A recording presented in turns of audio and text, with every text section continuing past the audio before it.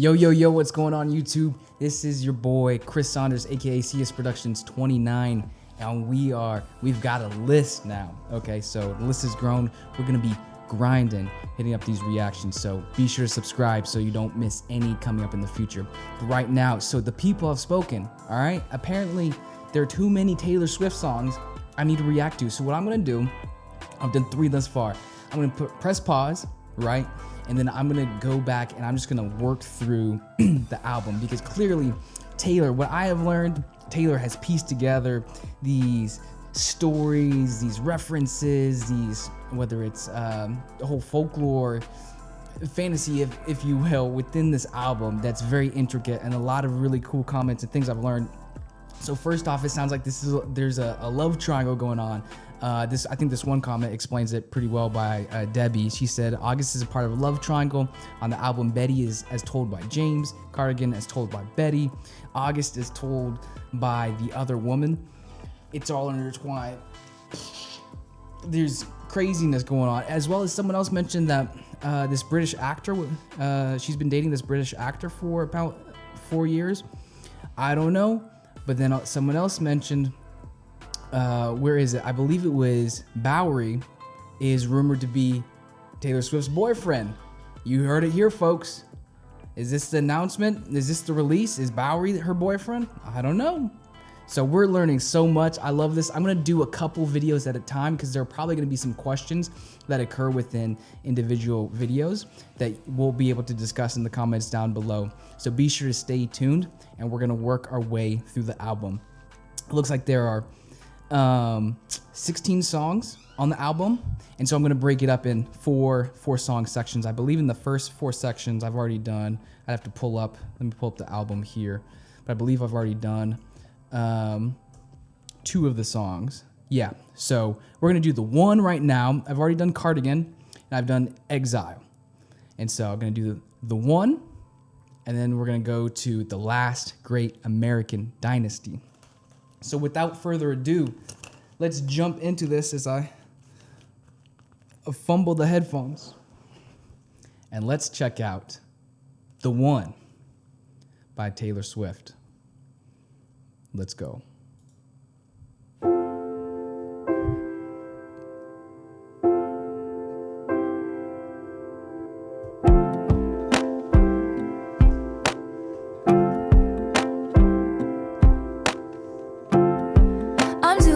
I'm on some new shit. Been saying yes instead of no. I thought I saw you at the bus stop, I didn't though. So I'm saying yes instead of no. Did she break up with someone and she was struggling with it, and so she secluded herself, right? And then now she's starting to say yes to her girlfriends or friends in general, to go out more? Is that what she's talking about there? But then clearly says, I thought I saw you at the bus stop. I didn't though. So she's having these, apparently these mirages about this person. I hit the ground running each night. I hit the Sunday matinee. You know the greatest films of all time were never made. I guess you never know, never know. If you wanted me, you really should have showed. And if you never bleed, you're never gonna grow. And it's all right now. If you never bleed, you're never gonna grow. So if you don't hurt, if you don't struggle for something, you're never gonna grow. And I'm assuming, during our discussions, our arguments, our differences, whatever the conversations were, like you should have showed that could have been part of the growth process, part of the bleeding, if you will, within the relationship. That's what I'm kind of gathering from this song right there. But hey, if you wanted me, you should have showed. If you wanted to see more reactions, you should have showed. You should have subscribed. What's going on? But we were something, don't you think so? Roaring 20s, tossing pennies in the pool. And if my wishes came true, it would have been you. In my defense, I have none for never leaving well enough alone. Hey, in my defense, I have none. In my defense, I don't have a defense. That's a little bit of a bar right there, okay? And Taylor Swift's throwing in some bars. But it would have been fun if you would have been the one.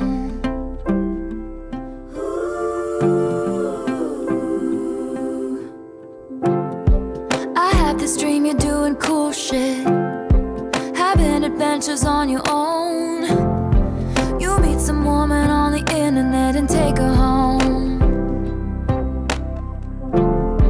We never painted by the numbers, baby, but we were making it count. You know the greatest loves of all time are over now. Hey, that's sad. Who is she talking about? The greatest loves of all time are over now. Is she talking about herself? What you talking about? Which love are you talking about, Taylor? That's what I'm trying to figure out. I guess you never know, never know. And it's another day waking up alone. But we were something, don't you think so? Roaring 20s, tossing pennies in the pool. And if my wishes came true, it would have been you.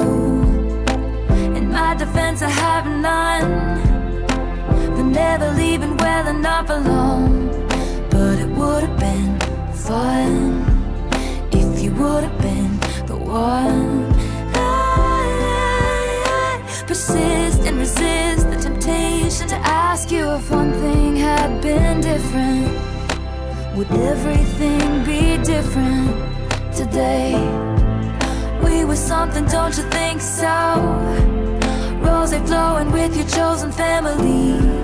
And it would have been sweet if it could have been me.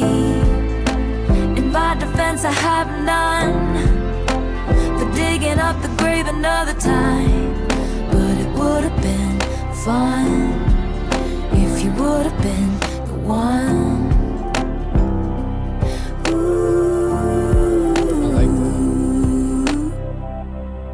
Written by Taylor Swift and Aaron Dessner. So I think that kind of brings up a point that someone pointed out. I don't know who Aaron Dessner is, so let me know in the comments down below who Aaron Dessner is. But someone mentioned that in the era of streaming, apparently a lot of producers and people are not either getting the credit or their return on their financial investment and support. And so Taylor's trying to do a good job in her part in giving these folks credit, particularly if they help write her song. So I'm curious if, who was it, Aaron Dessner, if he helped produce the song or helped write it. So kudos to her for that. But it kind of, one thing in musicality, or musically, I really like, so I believe it was the third chorus, she switched it up there. She kind of had the whole line of rhyme scheme of it would have been fun, something along the lines of, it would have been fun if you were the one, but then she changed it like the third or fourth chorus, and what was it, rhymed with like rose and sweet if would have been me. And so it kind of ties in this whole concept, I believe, of like the title here, it says it's the one, right? And so it seems like she's kind of embodying the story of either this fantasy or what was true in a former relationship, of how she thought this person was the one.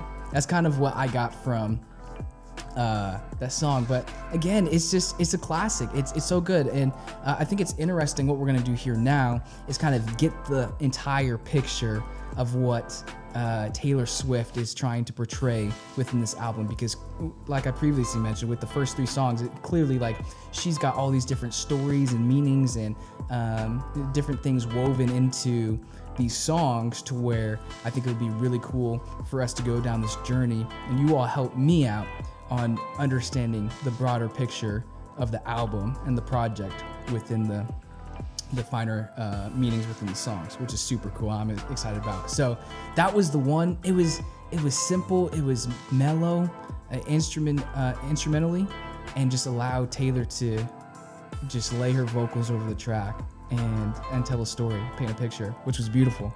I loved it. So that's Taylor Swift, the one. Be sure to hit that like button if you like this reaction, if you like the song, and don't forget to hit that subscribe button so you never miss a video in the future. I appreciate it, y'all. This has been CS Production 29. See you next time. Peace.